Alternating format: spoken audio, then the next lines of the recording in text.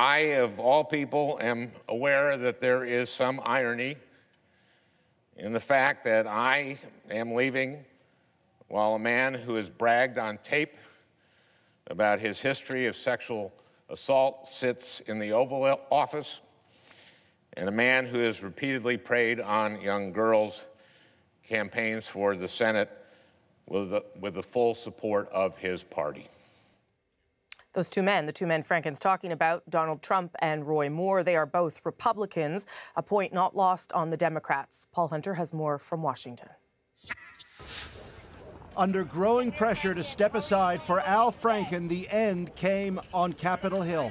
In the coming weeks, I will be resigning as a member of the United States Senate.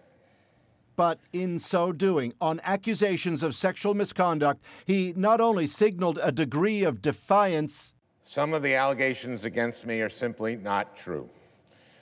Others I remember very differently. But as well, he underlined the irony that despite that infamous Access Hollywood video, grab him by the I could do anything. Donald Trump is still president. And despite allegations of misconduct involving young girls, Republican Roy Moore, backed by Trump, may well be elected U.S. Senator next week in Alabama. It's clear Al Franken wants Americans to consider the political dynamic at play here as well. His move today means Democrats are free to step up the pressure against Moore without fear of being labeled hypocrites. Not to mention, I would hope that maybe the President of the United States might pay attention to what's going on and also think about resigning. Not that that's likely to happen. About that Access Hollywood tape, said the White House today. Look, the president addressed the comments back during the campaign. We feel strongly that the people of this country also addressed that when they elected Donald Trump to be president. What did Trump think of Franken's comments, calling him out? I didn't hear it, sir.